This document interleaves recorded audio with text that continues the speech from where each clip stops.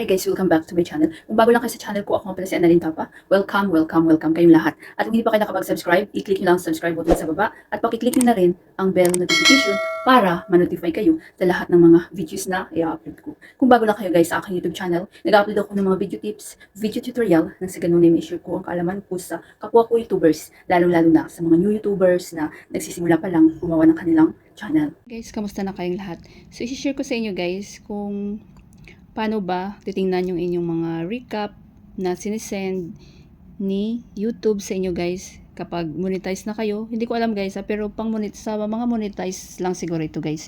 Kapag hindi kayo monetize, hindi kayo makaka-receive nito. Or comment lang kayo sa baba guys kung nakaka-receive ba kayo ng recap ni YouTube kahit hindi kayo monetize. So, i-install nyo itong YouTube Studio guys. So, napakahalaga nito na mayroon kayong YouTube Studio, lalong-lalo na kapag kayo ay content creator. So, si YouTube din may-ari nito. Free lang siya guys at pinapagamit sa atin ni YouTube para mapadali sa ating mga content creator. Kasi pwede na tayo dito maglagay ng mga YouTube thumbnail, mag-edit ng ating video, mag-edit ng thumbnail, mag-edit ng mga title, description. So, lahat nandito na guys. So, dapat mayroon kayo nito. So, pag na-install nyo na, pwede siya sa Android, pwede siya sa iPhone. Ang gamit ko always is Android. So, i-click nyo siya guys. Then, so ito yung YouTube Studio guys. Makikita nyo yung mga subscriber count, views, subscriber, revenue kapag monetize na kayo.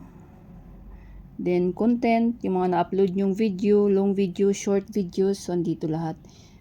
Then, analytics. So, sa analytics. Then dito guys, para malaman nyo guys kung ano ba yung pinaka most views na video nyo na gusto ng mga viewers nyo. So, click nyo tong notification. Then ito sinisend ni YouTube. Para malaman natin kung ano yung ilan nakuha nating subscribers sa isang linggo, ilang likes, comments, at shares or magkano yung kita natin. So, this week, ito naka-receive ako guys 4 days ago. Click nyo yan sa ito. Here's what you got up to last week. So, meron akong 11 short videos. So, ako kasi guys, kasi may mga viewers din ako na nagsusupport sa akin sa mga short videos ko. So, thank you so much guys sa mga viewers ko sa short videos, lalong-lalo na sa vlog na about sa amin ng asawa ko, Nepali, about sa Filipina-Nepalese vlog. So, thank you so much guys. At sa mga subscribers ko sa tutorial. So, 11 shorts. Then, so, people tuned into you. So, 6.5. So, nakakuha ako ng 99 new subscribers. Ayan. So, thank you so much sa mga viewers at sa 99 subscribers ko. I love you guys. Then next, here's how people found you. So short feeds number 1. So this week guys, then YouTube search. Kapag may search sila na halimbawa paano gumawa ng mga YouTube intro, paano mag-edit ng videos, so lumalabas yung name ko. Then external. Then next, this is what they watch.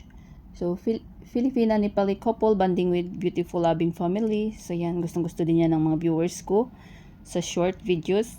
Then, mga tutorial, paano maglagay ng music, background music sa video. Then, another Filipina-Nepali bonding with my loving husband or Buddha.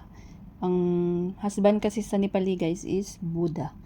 Then, next, people didn't just watch. They interacted 135 likes. Wow, thank you so much sa mga nag-like and 31 shares, 23 comments. So, thank you so much guys sa patuloy na pag-support.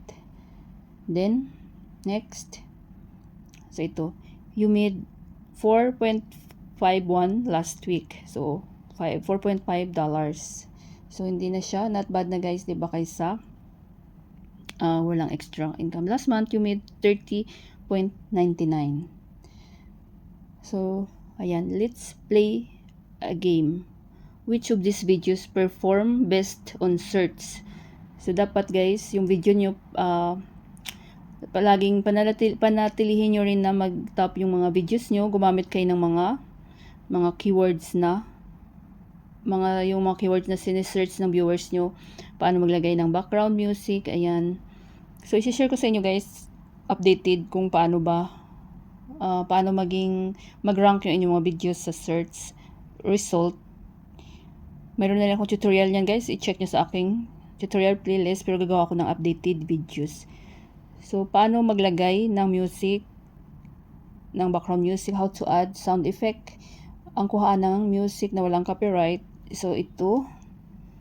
So, tama. Ang pinaka, ayan. It got 1K views from search last week. The most popular search term was paano maglagay ng music sa CapCut.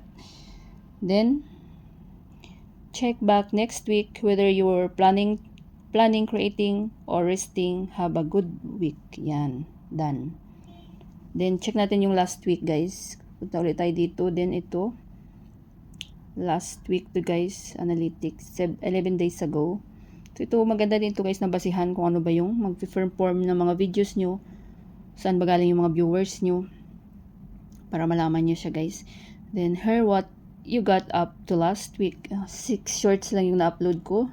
Busy kasi ako nito guys. Then 5.9k people tuned into you.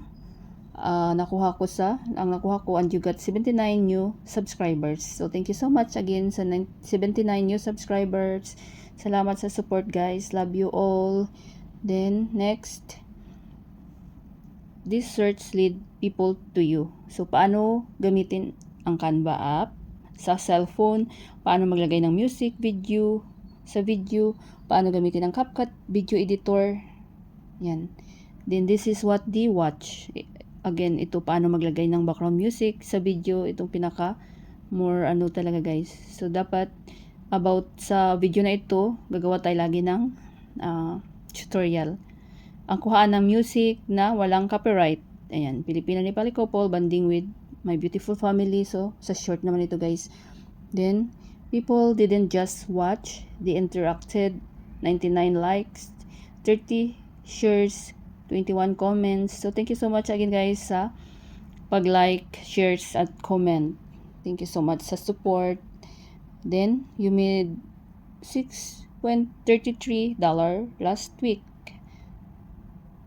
Then, let's play a game. How many times were your video shared last week? So, ilan? 30, diba? Ayan. So, check. Then, next. So, same again, guys. Check back next week whether you're planning, creating, or resting. Have a good week. Done. So, yan, guys. So, nakatulong yun na. Titingnan nyo rin yung mga sinisend ni YouTube na recap at doon yung basihan nyo. Kung ano ba yung kailangan nyo i-improve, saan ba galing yung mga viewers nyo. So, mahalaga na i-install nyo itong YouTube Studio, guys. So, pag mayroon kayo, guys, mga question, suggestion, request, comment lang kayo sa baba, guys, at gagawa natin ng tutorial yan. May mga question kayo, leave a comment down below. So, huwag kayong mahiya, guys. May natutunan kayo sa video tutorial ko na ito at maraming salamat sa panonood. Kung mayroon kayong mga question, suggestion, and request, just leave a comment down below. At huwag niyo kalimutan mag-like, share, comment, at kung hindi pa kayo nakapag-subscribe, i-click nyo lang ang subscribe button sa baba at pakiclick nyo na rin ang bell notification para ma-notify kayo sa lahat ng mga videos na i-upload ko. Always be happy guys, be positive, avoid nega. See you next time!